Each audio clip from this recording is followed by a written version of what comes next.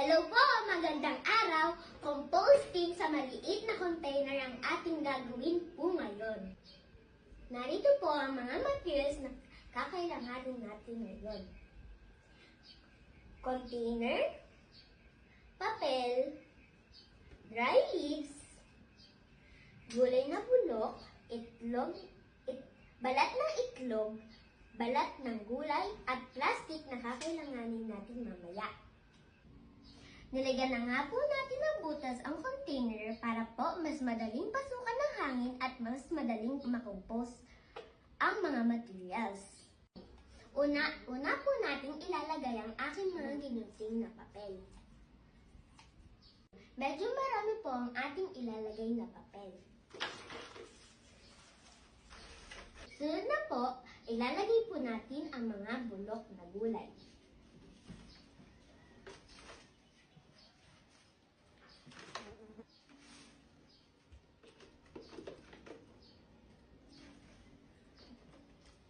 Sunod naman po ang mga natuyong dahon.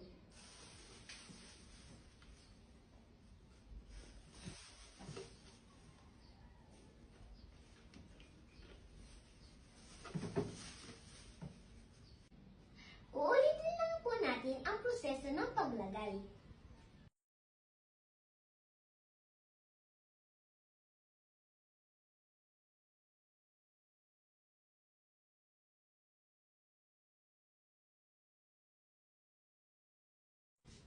Ngayon naman po, lalagyan po natin siya ng tubig.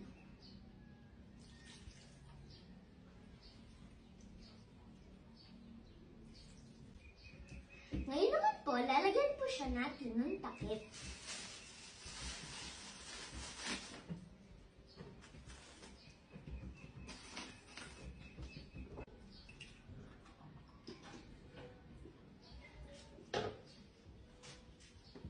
Ang pinakahuling proseso naman po, ilalagay po natin siya kung saan naaarawan.